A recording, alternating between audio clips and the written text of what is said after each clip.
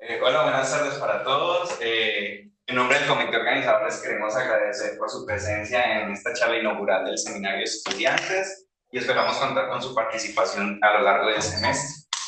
El día de hoy para la charla inaugural tenemos el gran gusto de presentarles al doctor Adrián Centeno, que es investigador del centro, que nos va a compartir la charla titulada Ecuaciones diofánicas.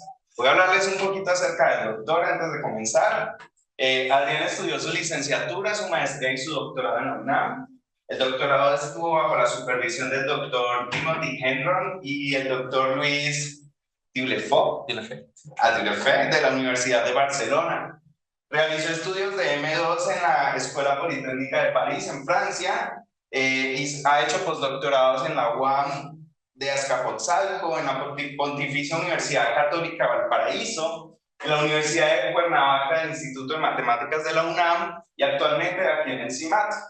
Ha realizado estancias de investigación en la Universidad París 13, en la Universidad de Barcelona, en el Instituto de Investigación Hausdorff para Matemáticas, en la Universidad de Padova, en la Universidad Federal de Río de Janeiro. Su área de investigación, su área de interés es la teoría de números, principalmente el estudio de representaciones de Galois asociada a variedades algebraicas y formas automorfas, vía el programa de Langlands y su aplicación al problema inverso de la teoría de Galois. Adrián, muchísimas gracias por aceptar nuestra invitación y a partir de este momento te cedo la palabra. Perfecto, pues muchísimas gracias por invitarme a echar un palomazo aquí con ustedes. Pues yo les quiero platicar no tanto de mi investigación, sino de lo que me gusta en general en teoría de números, que son las ecuaciones diofánticas. Son las ecuaciones que le gustan a todos los teoristas de números, o casi todos, y es algo que se viene estudiando desde hace como 4.000 años más. Y todavía no podemos, como ya todavía amigo, date cuenta, ¿no? Ok, bueno, pues primero, para empezar, ¿para dónde está? ¿Puedes darle una vez? Esa acá, ¿verdad? Sí. Solo una. Antes con el mouse. Ya. Ahora sí, perfecto. Bueno, pues entonces déjenme empezar contándoles qué es una ecuación diofántica, porque pues si la charla es de ecuaciones diofánticas hay que decirles de qué se trata. Entonces, una ecuación diofántica es algo que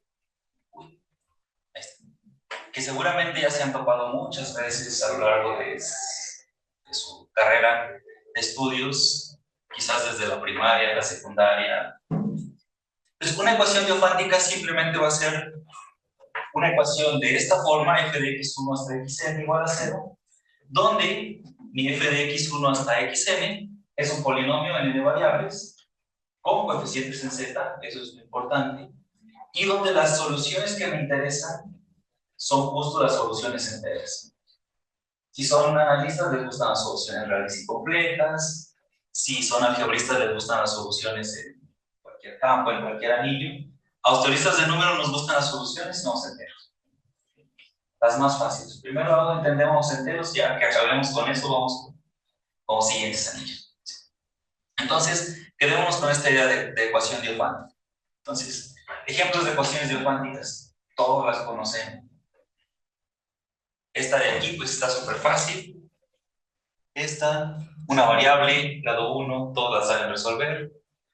Esta seguro la aprendieron a resolver en la secundaria, una cuadrática. Pero hay otras más complicadas, ¿no? Le podemos ir poniendo más variables, aumentando el grado. Y pareciera que la cosa no es tan difícil y a veces uno se pregunta, ¿por qué en la secundaria no me enseñaron a resolver las de grados más altos o con más variables y tengo la chicharronera para grado 2? Entonces, la idea de esta charla es contarles por qué no les enseñaban en la secundaria a resolver esas otras ecuaciones diofánticas. Entonces, yo diría que resolver ecuaciones diofánticas es el principal objetivo de la teoría de números. Así. Y eso es algo que han hecho, obviamente, desde los griegos con Diofanto hasta ayer, antier, que subieron los últimos papers a Archive intentando resolver ecuaciones cuánticas. Entonces, pero bueno, según lo que pongo ahí, el principal objetivo de la teoría de números es resolver ecuaciones diofánticas o al menos decir algo de sus soluciones. Entonces, déjenme precisar qué significa decir algo.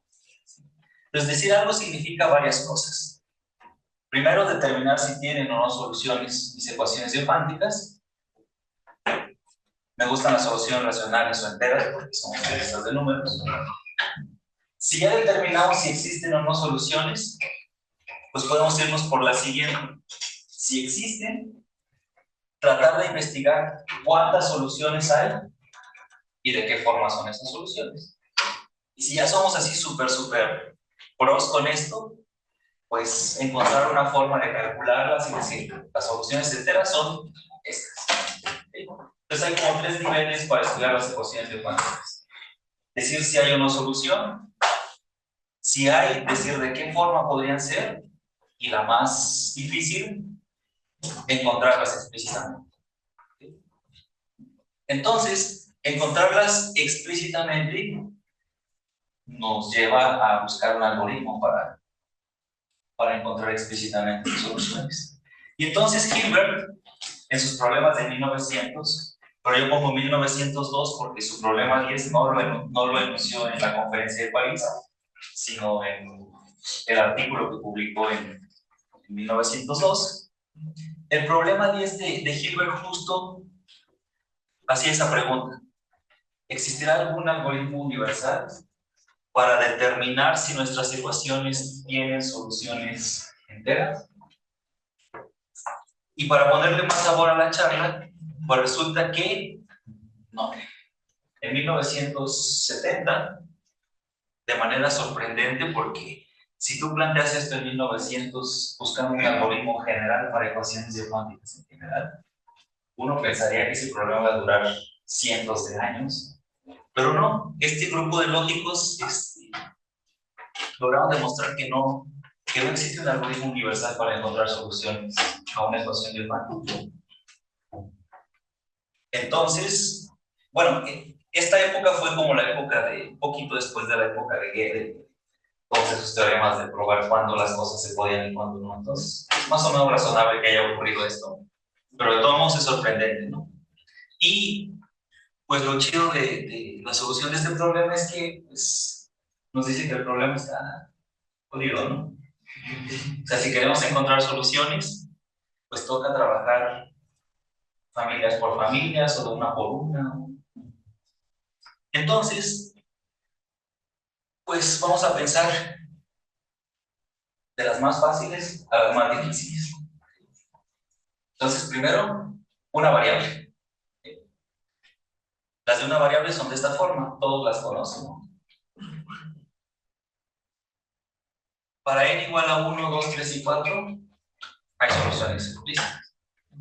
Las conocen, ¿no? Cuando n es igual a 1, pues simplemente despejamos y la solución es de esa forma.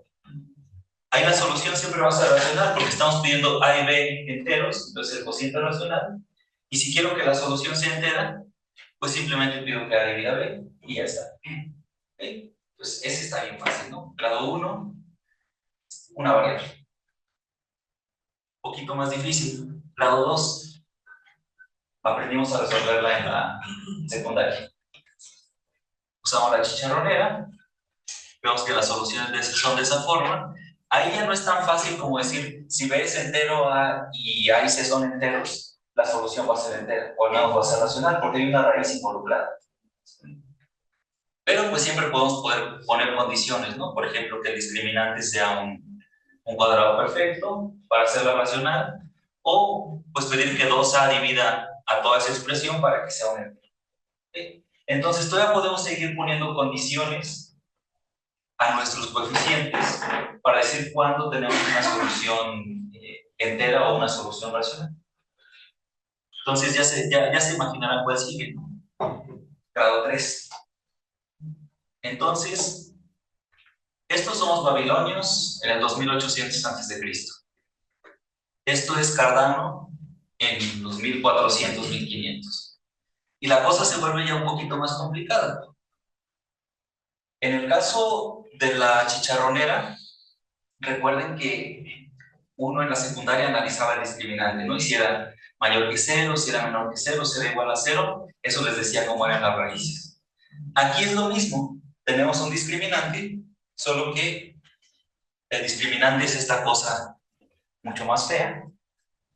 Puede ser mayor que cero, menor que cero, igual a cero. Entonces, este es el caso de discriminante mayor que cero. En este caso, vamos a tener una solución real de esta forma y dos soluciones complejas de esta forma. Donde la U y la B son estas cosas feas que aparecen acá, que además involucran una Q que también está horrible. Entonces, si ustedes hacen un poquito de malabares, aunque estén feas estas expresiones, todavía podrían poner condiciones en A, B, C y D para decir cuándo la solución es entera y cuándo no. ¿Sí? Es cuestión de ponerse a despejar y jugar ahí con los minutos. Entonces, pues así nos vamos a ir, ¿no? Ahora, grado 4. ¿Sí? Entonces, pues parece que esto se va complicando mucho. Entonces, en grado 4, se los dejo el ejercicio. Pero todavía se puede. Grado 4 todavía se puede. Y es más o menos lo mismo del anterior, solo hay que reducir la de grado 4 a una de grado 3 y ya. Ok, entonces, ¿qué podemos decir de las ecuaciones teofánticas en general? O sea, tenemos algoritmos explícitos desde 1 hasta 4, pero en general podemos decir algunas cosas. Por ejemplo, el teorema fundamental del álgebra les dice que vamos a tener a lo más n soluciones. En principio n soluciones complejas, pero a lo mejor tenemos suerte y esas son enteras. Pero el teorema fundamental del álgebra nos da una cuota para el número de soluciones máximas que vamos a poder tener. Y si han visto un poquito más de álgebra, pues también en algún curso de álgebra se ve el teorema de la raíz racional, que les dice más o menos de qué forma van a ser las raíces en caso de que sean raíces racionales. Entonces, aunque medio chafa esto, les puede dar una idea de cómo encontrar un algoritmo para encontrar soluciones racionales. Las soluciones racionales tienen que ser de esta forma. Va a haber a lo más n, luego p tiene que ser un divisor del A0, q tiene que ser un divisor de AN. Entonces, pues si quieren hacerlo a fuerza bruta, buscan todos los divisores de A0, todos los divisores de AN, revisan cuáles son primos relativos, con eso forman numeritos de esta forma, lo sustituyen y ven si eso puede ser o no una solución. Entonces, puede ser muy tedioso si n es muy grande, o si los coeficientes AN y A0 son números con muchos factores, pero pues funciona a fuerza bruta. Entonces, pues esto es lo que sabemos para grado 1. Ahora, grado 2. Perdón, para una variable. Ahora, para dos variables, grado 1. Y así nos vamos a ir luego 3 variables, 4 variables, así va a ser de aburrida la charla. Ok, entonces dos variables, grado 1. Esas también las conocemos, y como son lineales, pues es cuestión de despejar y ya. ¿Sí? Entonces, si yo despejo y de ahí, como lo hacíamos en la secu, pues tenemos que si x es un racional, entonces y va a tener que ser un racional. Sustituyen x aquí, están sumando enteros irracionales, entonces no tiene problema en ser una solución racional. Ok. Resulta que si ustedes se ponen a hacer este despeje, pues con esto van a encontrar todas las soluciones racionales y lo único que hay que hacer es sustituir racionales aquí y producir la pareja de solución. Entonces, notación, voy a escribir CQ para denotar el conjunto de soluciones racionales, CZ el conjunto de soluciones enteras y demás. Entonces, hasta aquí todo fácil, ¿no? Simplemente despejamos como en la secundaria. Si X está en Z, entonces Y estará en Z. Pues no, ¿verdad? Va a depender de si B divide a menos AX menos E. Pero de nuevo podemos condicionar para que nuestras soluciones sean enteras. Teofánticas, dos variables, grado 2. Esas las conocen seguro de la prepa, cuando vieron geometría analítica. Vieron las cónicas, Y aquí voy a pedir una condición extra, voy a pedir que mi polinomio sea no singular. ¿Qué significa ser no singular? Pues algo que tiene que ver con K. En esencia, si ustedes quieren pensar de manera más geométrica, pues que una cónica sea no singular es simplemente que no tenga piquitos. Por ejemplo, esta es xy igual a 0, esa cosa es singular. ¿Por qué estoy pidiendo la no singularidad? Porque estas se comportan medio fake a la hora de encontrar soluciones. Pueden tener demasiadas soluciones, pueden no tener soluciones. Pero si piden que sea no singular, es decir, que el dibujito que ustedes hagan con esta cosa sea un dibujito liso, entonces se puede demostrar, en un curso de geometría algebraica quizás, que cualquier recta que intersecte a esa curvita en un punto, la va a intersectar en un segundo punto. Donde aquí estoy pensando en contar multiplicidad y estoy pensando que a lo mejor intersecta en el infinito. Pero no nos guiamos con eso, ¿no? Si el dibujito que yo pinto con esa cosa es no singular, cada que yo trazo una recta que pase por un punto le va a pegar a otro. A lo mejor pega tangencialmente y tiene multiplicidad 2, pero siempre le vamos a pegar. ¿Y eso para qué sirve? Pues para controlar el número de soluciones. Entonces vamos a ver un ejemplito. Por ejemplo, este tendrá soluciones racionales, o soluciones si quieren. No, ¿verdad? Lo vimos en la secundaria. Es x cuadrada más y cuadrada igual a menos 1. Si el círculo de radio menos 1 no tiene soluciones reales, por lo tanto no tiene racionales ni tiene interés. Pero hay otras que sí. Por ejemplo, esta. X cuadrada más y cuadrada menos 2x tiene al 0 y al 2,0 como solución. Si no me creen, pues la sustituyen y ven que es al 0. ¿Sí? ¿Serán esas las únicas soluciones que tiene esta cosa? No.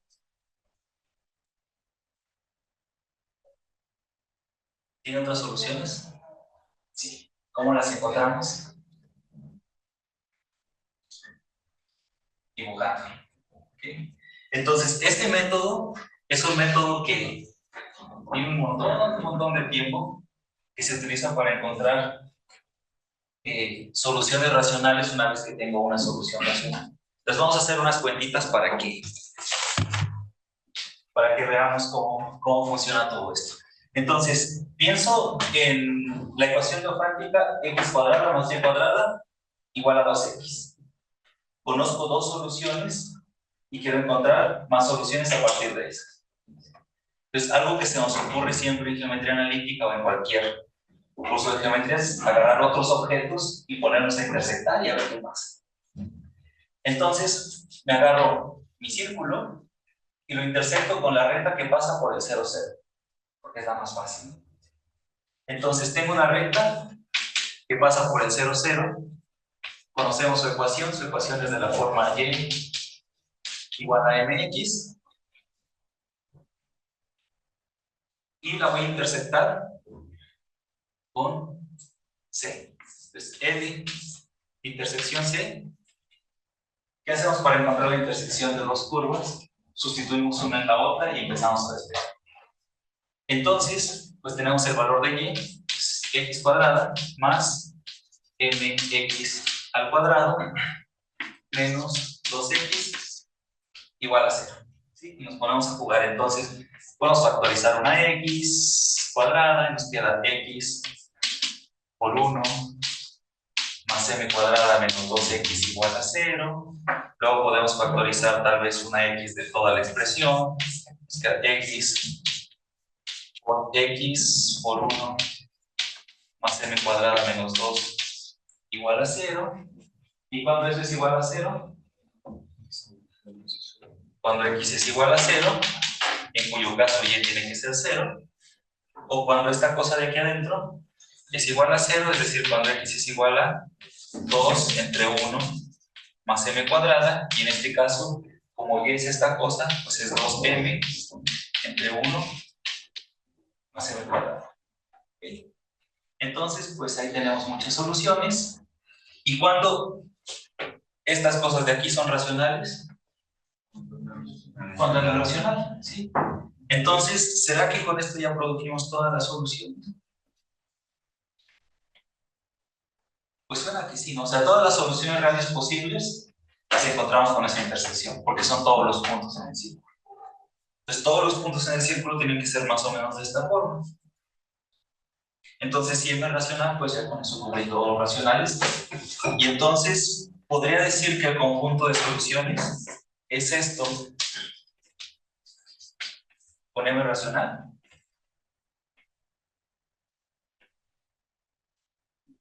¿Sí? ¿No? Casi, ¿no? Me falta el 0. El 0, 0 no está ahí, porque no tengo manera de hacer 0 estas dos cosas. Bueno, esta de aquí sí, pero esta de acá. Pero podemos usar un proceso de límite, ¿no? Si m vale infinito, ¿qué pasa? Eso se va a hacer. Entonces hay que añadir el punto al infinito. Entonces tomamos en lugar de m en q, tomamos las m's en q, unión el punto al infinito. Es decir, nuestras soluciones son considerar m's en el proyectivo. ¿Sí? Aparte, si es el proyectivo de verdad, estamos elevando al cuadrado y nada más tenemos ahí una discordancia. Entonces, el proyectivo es interesante para encontrar soluciones.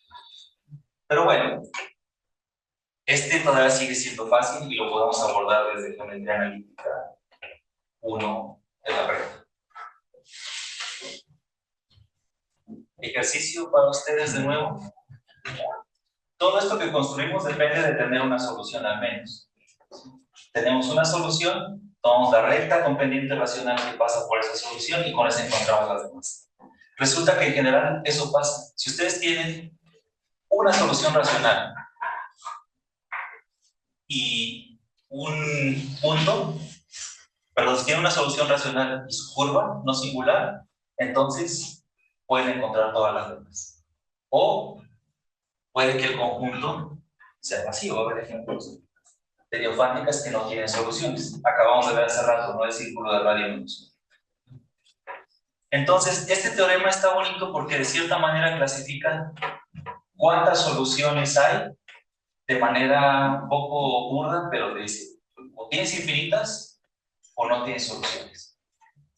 Entonces, es un poquito distinto a los casos anteriores, porque nosotros como que siempre tenías y puedes despejar o no tenías en el caso de grado 2, y en el caso, perdón, en el caso de dos variables, y en el caso de una variable, pues a lo más n soluciones y se acabó. Ahí es un número finito de soluciones y ya está. Entonces, no sé. ¿Qué pasa? Ahí ponía n mayor o igual que 4. Ah, ya sí se ve. Entonces, diofánticas, dos variables, n mayor o igual que 4.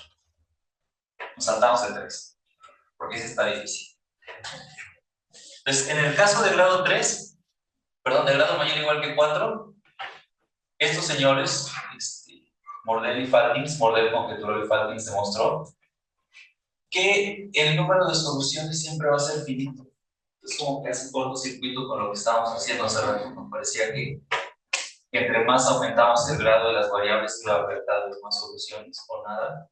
Pero resulta que estos señores demostraron que solo hay un número finito de soluciones si el grado es suficientemente grande. Y un corolario bien bonito de esto es una versión débil del último teorema de Fermat. ¿Sí? ¿Por qué es cierto eso? Último teorema de Fermat es una ecuación en 3 variables y yo estoy hablando de cosas en 2 variables. Pero puedo pensar en esto, puedo pensar en x a la n más y a la n igual a 1. Puedo pensar que si esta cosa tiene una solución, esta tiene que ser de la forma a entre b por c entre d. Esta solución la pongo ahí, me queda a la n de b a la n más c a la n entre d a la n igual a 1. Y si despejo, pues me queda a por d a la n más b por c a la n igual a b por d a la n. Y esa es una solución entera de de mi ecuación diofántica en tres variables. Entonces, pues si yo aplico el teorema de Mordell-Faltings, lo que podemos afirmar en el 83 es que si hubiéramos tenido suerte en ese momento de que el último teorema de Fermat era cierto para n mayor o igual a 4, pues a lo más íbamos a encontrar un número finito de soluciones. Entonces, esto ocurrió antes de que Weiss probara el último teorema de Fermat, hiciera un montón de cosas interesantes. Entonces, en su época esto fue la bomba, ¿no? Poder acotar el número de soluciones a algo finito. Y bueno, creo que... ahí está el Faltings todo feliz porque todo resolver. Ok. Sí, se sabe qué tan finito como una cuota de... Hay resultados sobre cuotas, pero siguen siendo muy burdas las cuotas. Si piensas sin suponer el último teorema de Fermat, si supones el último teorema de Fermat, pues la cuota es cero. Pero por ejemplo en el teorema... Las cuotas de Faltings en general, sí, porque este es un ejemplo en particular, ¿no? Hay cuotas, pero casi siempre dependen de la forma de la ecuación diofántica, de alguna manera. Entonces, ahí hay un montón de trabajo que hacer si quieren investigar por ese lado. Ok. Entonces, en resumen, si n es menor o igual que 2 y encontramos una solución, entonces hay infinitas soluciones.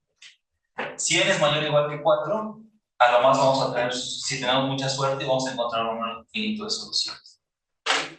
Entonces, pues naturalmente dicen, n igual a 3, ¿qué pasa?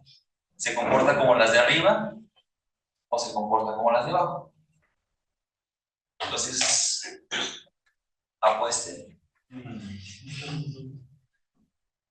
¿Es como las cónicas de toda la vida de la prepa o es algo de grado, o es algo como las de grado horrible que solo tiene un número finito de soluciones?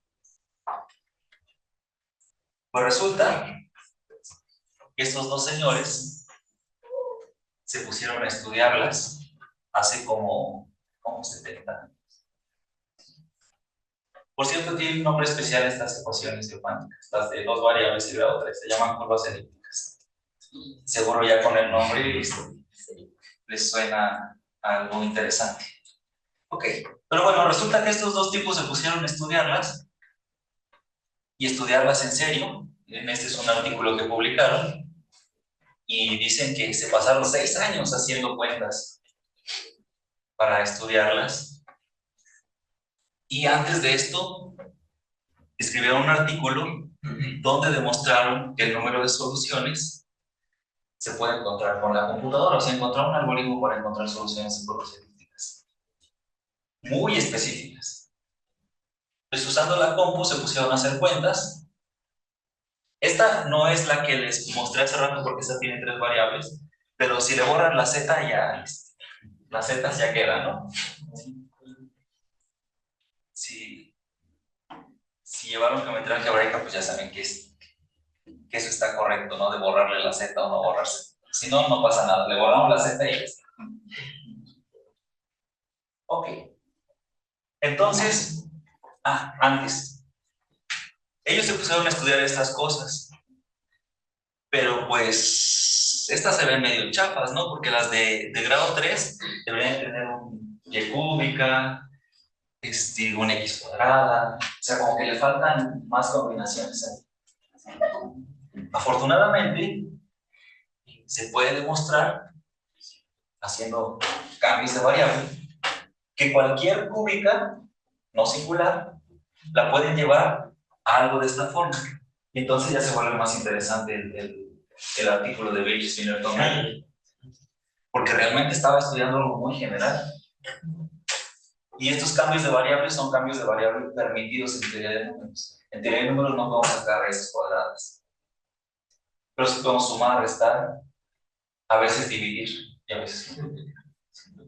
Ok, entonces lo único que hay que hacer para tener todo cubierto y que las cosas sean no singulares es pedir que esta combinación de coeficientes sea distinto de cero. Ok, entonces estos cuates se pusieron a hacer cuentas y encontraron esto. Agarraron esta curva, dijeron vamos a hacer las cuentas y encontraron que esas eran sus únicas soluciones. Si le ponen la z hay que agregar el punto al infinito. Pues. Luego agarraron otra y vieron que había infinitas soluciones. Ahí no les voy a decir cuáles son porque son infinitas. Pero bueno, había infinitas soluciones para unos ejemplos y había un número finito para otros. Entonces, pues parece que este bicho está en medio de los dos mundos, ¿no? Del mundo en el que si tú encuentras uno, encuentras infinitas, y en el que si encuentras uno, pues te vas a quedar atorado en un número finito de soluciones. Entonces, pues siguieron haciendo cuentas y una pregunta que surge de manera natural es saber si podemos distinguir o no cuándo el número de soluciones va a ser finita y cuándo va a ser infinita. Entonces, no sabemos. Esta es la charla del no. Pero tenemos una conjetura, ¿sí? Y eso está chido porque al menos hay una esperanza de poder hacer algo. Entonces, ahí les va la idea de la conjetura. ¿Cómo es lo de tiempo? Perfecto. Ahí les va la idea de la conjetura. En teoría de números, si algo aprenden desde el primer curso de teoría de números del kinder, es que hay que estudiar congruencias módulo P. Entonces, pues eso hacemos. Tenemos nuestra ecuación diofántica o nuestra curva elíptica, nombre que les guste más, y le estudiamos módulo P. Pedimos que P no divida a dos veces discriminante, lo que signifique eso, pero están de acuerdo que solo estoy excluyendo un número finito de números. Entonces, excluyo esas. Como estudiar cosas módulo P se reduce a trabajar con algo finito, pues yo puedo declarar NP igual al número de soluciones módulo P de esta cosa. ¿Okay? Entonces le llamo NP a esa cosa y Artin, seguro le suena mucho Emil Artin, a él se le ocurrió una conjetura que Hasse demostró 12 años después, y es que este numerito va a ser igual a P más 1 menos una constante AP, donde esta constante oscila entre menos 2 raíz de P y 2 raíz de P. Entonces, parece medio chafa si P es muy grande, porque AP oscila muchísimo, pero es suficiente para la conjetura que vamos a mencionar ahora. Entonces, bueno, este fue un logro gigante.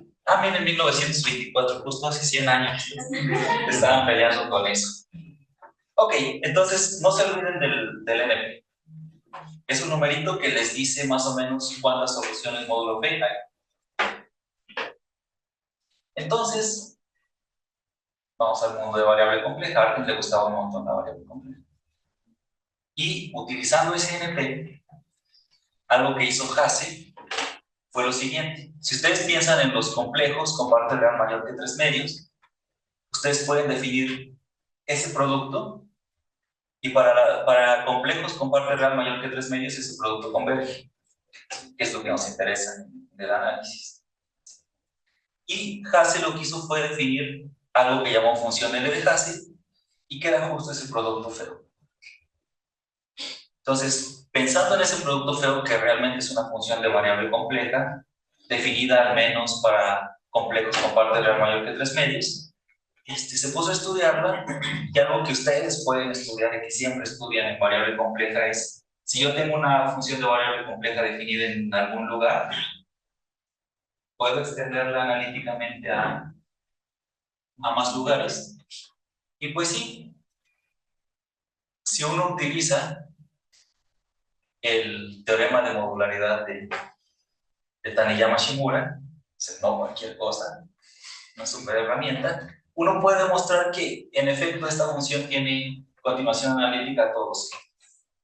¿Qué significa que tenga continuación analítica? Pues que existe una función holomorfa de Sense que cuando la restringen a la parte real de S mayor que 3 medios, pues es de esa forma. Es este producto. ¿Okay? Y pues ahora que ya tengo una función definida en todos los complejos, la puedo evaluar en todos los complejos. Pues lo que conjeturaron estos señores Beach, Skinner, Dyer, es que si ustedes la evalúan en 1 y les da 0, entonces tiene infinitas soluciones. Y si no les da 0, tiene un número finito de soluciones. Está súper loco, ¿no? Que evaluando una función tan random de variable compleja en un valor tan especial, les diga algo que parecía súper complicado. Digo, sigue siendo conjetura, a lo mejor ni es cierto, ¿no? Pero se ve bonita la conjetura. Ok, pues podemos decir algo más. Ahora que tenemos una función de variable compleja, pues nos gustaría estudiarla, ver qué propiedades tiene y demás. Entonces, hace rato para encontrar las soluciones racionales de las cónicas, utilizábamos rectas con pendiente racional y nos fijábamos en la intersección. Ahorita todavía no he utilizado eso para nada, con las curvas elípticas. Entonces vamos a ver qué podemos hacer utilizando eso. Pues resulta que utilizando eso, uno puede darle una estructura de grupo a las curvas elípticas. ¿Sí? ¿Cómo? Ahora tengo algo de grado 3. Entonces, si agarro una recta, si a la de grado 2, agarrando una recta, le pego a 2 puntos, de una de grado 3, si agarro una recta, le tengo que pegar a 3 puntos. Al menos la intuición eso es lo que dice. Y pues en curvas elípticas eso va a pasar. Agarro 2 puntos, le pego a un tercer punto, y luego hago trampa y me tomo el reflejado, y la suma de estos 2 puntos lo defino como este reflejado. Los que tomaron el curso de teoría de números el semestre pasado pueden decirme rápidamente por qué no me tomo directamente como la suma. O sea, como que para qué me tomo el reflejado si podría decir la suma de estos dos es este de aquí. Pueden hacer el ejercicio y ver que el problema es la identidad. Entonces, algo que no dije es que tengo que añadir el punto al infinito, porque justo ese bicho va a ser el que va a funcionar como identidad para darle estructura de grupo. Entonces, simplemente piensen en que la estructura de grupo que yo le estoy dando aquí es simplemente, estoy aprendiendo a sumar 2 puntos, mi identidad es el infinito, se acabó. Entonces, pues jugando con esa estructura de grupo, yo podría preguntarme si sumando 2 puntos, sumo 2 puntos, obtengo uno nuevo. Ahora tengo 3 puntos, los sumo entre ellos, obtengo más puntos nuevos. Entonces, pues puedo preguntarme si tengo una manera de que con un número finito de puntos y las rectas que pasan por esos 2 puntos puedo generar todos los puntos. Pero como ya le di estructura de grupo a este bicho, pues la pregunta puede plantearse en términos de teoría de grupos y decir si este grupo es un grupo finitamente generado. Si tengo un número finito de generadores para construir todos los puntos. Y pues la pregunta es esa, ¿no? ¿Será que con uno alcanza? Pues no, pero casi. ¿Y por qué casi? Pues porque resulta que este señor, Mordell, demostró hace un montón de tiempo, hace 102 años, que efectivamente EQ es un grupo finitamente generado. Y tenemos un teorema bonito de álgebra que dice que todo grupo finitamente generado se escribe como R copias de Z más algo finito. Y algo mejor todavía, yo puedo decir cosas de ese algo finito. Resulta que Mason demostró que eso algo finito es muy finito. Demostró que esa cosa debe tener a lo más 16 elementos. Y aparte dijo de qué forma es. La parte de torsión de ese grupo es exactamente de esa forma. Entonces, pues podemos concluir que una vez que tenemos nuestro conjunto T generado, podemos preguntarnos cuántos puntos necesitamos para generar la parte libre de torsión. ¿Sí? Y esto ya suena como a un problema de álgebra lineal. Ok. Entonces podemos calcular el R de ahí. Es el rango, ¿no? Usualmente. Y de nuevo, no siempre. O sea, ya planteé un montón de cosas, les di un montón de estructura y pues seguimos sin poder hacer casi nada.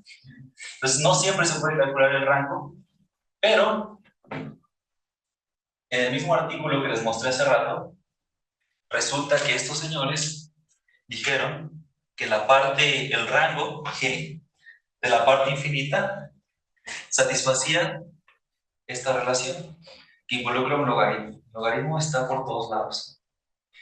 Una constante por logaritmo al rango.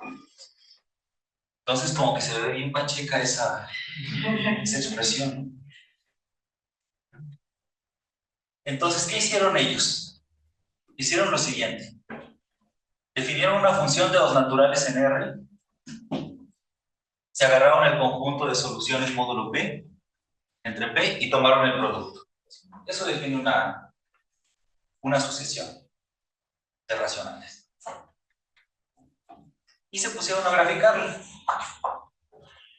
Entonces, ahí está la gráfica de esa curva elíptica en particular, la que les mostré hace rato, que tenía nada más 3 soluciones. Y en su viaje, dijeron que la gráfica de esa cosa se parecía a la función constante.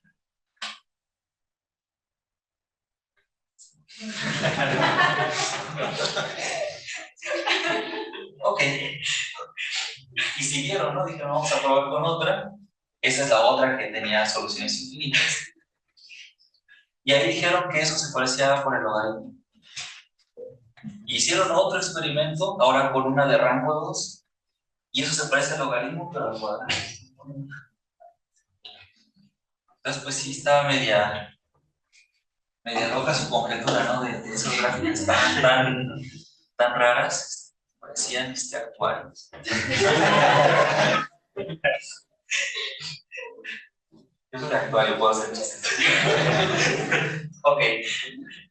Entonces, pues la conjetura original de Birchis-Wiener-Tondaya era justo eso, que esa función que les acabo de mencionar ahorita que involucra el NP se parece al logaritmo a la R por X cuando X tiene infinito. ¿Cómo se relacionan las dos conjeturas? Informalmente, lo único que hay que hacer es evaluar el 1. Esto era 1 menos A P por P a la menos S más P por P a la menos 2S, ponen el 1 ahí, y si hacen las cuentitas, les queda esto de aquí, y pues esto es P justo entre el valor de N. Y entonces, pues esa función rara realmente es 1 entre la función. Digo informalmente porque esta cosa, este producto estaba bien definido para la parte real mayor o igual que 3 medios, se está evaluando en 1. Pero bueno, tengamos este es lo mismo. Entonces, esa es la relación, y utilizando esa relación uno puede plantear ya una versión más moderna de la conjetura, y tenemos una función holomorfa en todo el plano, en particular en 1. Podemos hablar de su serie de Taylor alrededor de 1. Su serie de Taylor va a ser de la forma una constante más términos de orden superior, y la versión moderna de esta conjetura es que el rango de la curva elíptica tiene que ser justo el exponente que aparece aquí, el orden del cero de esa función. Entonces se vuelve más fina la conjetura, y ya inicia da clic, entonces vamos a dar clic. A ver si no hago un desastre.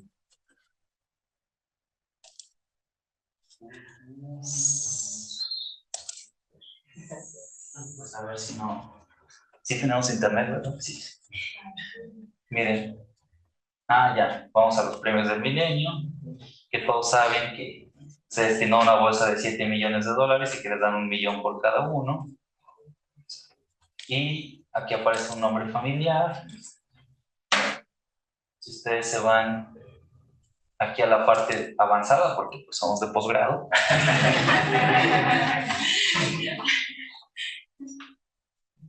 Y se van aquí, problema oficial, escrito por Wires. Y se ponen a leer un poquito. Aquí tienen todo la L que definimos hace rato. Y miren, aquí está la conjetura por la que les dan el millón.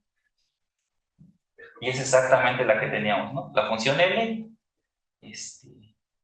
su desarrollo en serie de Fourier, y dice que R tiene que ser el rango de la curva elíptica. Esa versión moderna, si resuelven esa versión moderna, se ganan su $1 millón. ¿Okay? Entonces, ¿cómo me regreso? Ahí está.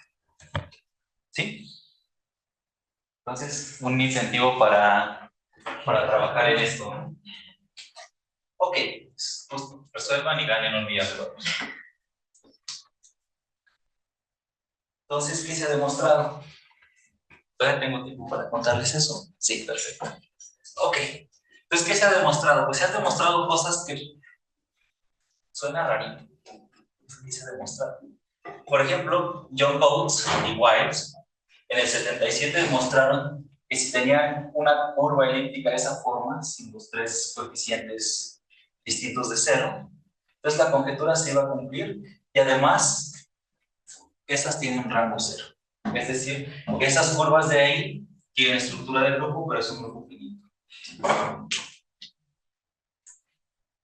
Después, casi en los 90, este señor, estos señores, Gross, Sayé y Coulibaly, demostraron que si el coeficiente que aparece arriba en mi serie de Fourier es 0,1, entonces la conjetura se cumple.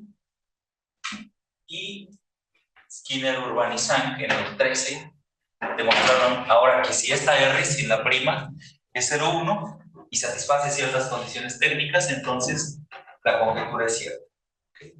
Aquí creo que vale la pena hacer una distinción entre R' y R, porque uno parte con la parte de la conjetura y puede suponer que tienes tu función L, encontraste su desarrollo de Taylor y sabes quién es el R' y a partir de esa hipótesis empezar a probar cosas, o puedes partir de suponer que la curva elíptica tiene el rango R y esta R no prima y empezar a probar cosas. Hay como dos líneas de investigación. Estas dos primeras fueron más desde el punto de vista de análisis, donde tú calculas el desarrollo en serie de Taylor y dices algo de la R de la curva. Y aquí tú partes de la R de la curva y dices algo de la R. Entonces, en esos casos, rango 0 y 1, pues ya más o menos se sabe algo de la conjetura. Y aquí vienen los teoremas que se ven raros. Vargava, que hace cosas más de análisis y probabilidad, demostró que el 83% de las curvas elípticas tienen rango 0 o 1. Entonces, pues aquí parece un avance chafa porque nada más estamos con rango 0 o 1, pero es un porcentaje grande. Y si combinan el de Skinner, Zhang y de Vargava, porque recuerden que había condiciones técnicas, pues resulta que si combinan los dos teoremas, ya se sabe que al menos el 66.48% de las curvas elípticas satisfacen la conjetura. Lo que decían en alguna otra charla que hablaba de esto, pues justo, ¿no? Ya hay $664,800 comprometidos, ya nada más quedan 300 y tantos. Pues ya no, bueno, hay que darles propina a ellos. Pero bueno, aunque el rango mayor que 1 son poquitas, pues es bueno preguntarse cosas sobre ese rango. Y otra vez dice la Betty. Y bueno, pues resulta que el rango mayor que 1 es tan complicado que hay alguien en internet que lleva el registro de las curvas elípticas de rangos mayores que 1 que se han encontrado. Entonces, el rango exacto más grande que se ha encontrado es algo de rango 20. Y ahí está la curva elíptica y estos son los puntos. Los 20 puntos que necesitan para generar la parte libre de torsión y el punto que necesitan para generar la parte de torsión. Y si en lugar de preguntarse por el número exacto de puntos que necesitan para generar, se preguntan por una cota, pues resulta que el récord más alto es este, y ya lleva su rato desde 2006. Hay una curva elíptica que tiene al menos 28 puntos independientes, lo que significa ser independiente. Entonces, pues está horrible, ¿no? O sea, para rango mayor que 1 pareciera que las cosas se van complicando muchísimo y uno estaría tentado a conjeturar que a lo mejor el rango es acotado. Pero hay evidencias también de que el rango no es acotado y que pueden encontrar curvas elípticas muy exóticas con rangos tan grandes como querramos, ¿sí? Este ejemplo de aquí no quiere decir que con estos 28 puntos yo genero la estructura de grupo. ¿Okay? Lo único que estoy diciendo, que dice aquí, es que al menos necesitas 28 puntos para generar la estructura de grupo de esa curva elíptica. Entonces, pues ahí pueden consultar en internet la historia de las curvas elípticas y irse poniendo al tanto de cómo va la cosa, ¿no? Este de rango exacto 20 es del 2020, así que es más o menos reciente, pero el récord de este sí ya lleva su rato. Y este señor, el Kiss, es el que está haciendo todo. Debe tener una computadora gigante en su casa que produce curvas elípticas. Ok, entonces, eso es respecto al rango. Entonces, ya para terminar, hay ecuaciones diofánticas con más de 3 variables. Yo se las planteé en términos muy generales.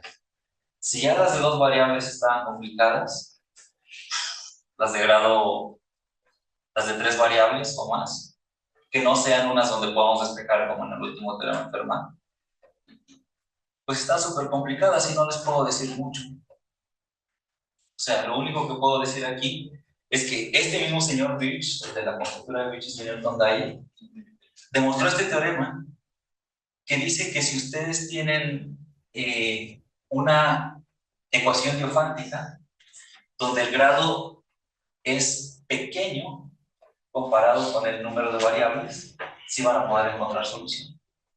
Pero ni siquiera se sabe qué tan pequeño tiene que ser n con respecto a d o qué tan grande tiene que ser d con respecto a n. Perdón, al revés. ¿Qué tan grande tiene que ser n con respecto de d?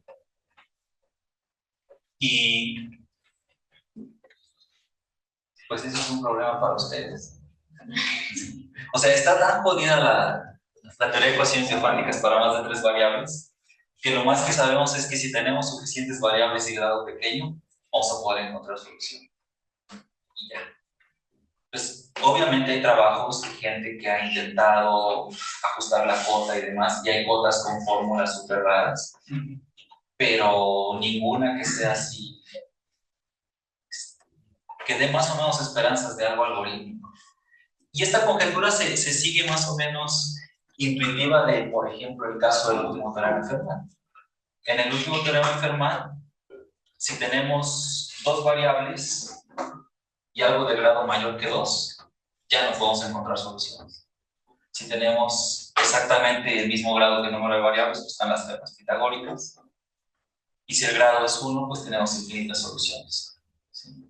Entonces, más o menos se puede intuir que entre más grande sea el grado con respecto al número de variables, va a ser más difícil encontrar soluciones y es muy probable que no haya. Entonces, esto lo pueden pensar como un Fermat generalizado. Pero si lo piensan como Fermat generalizado, pues ya se imaginarán que como que no se ve para cuándo. Entonces, gracias.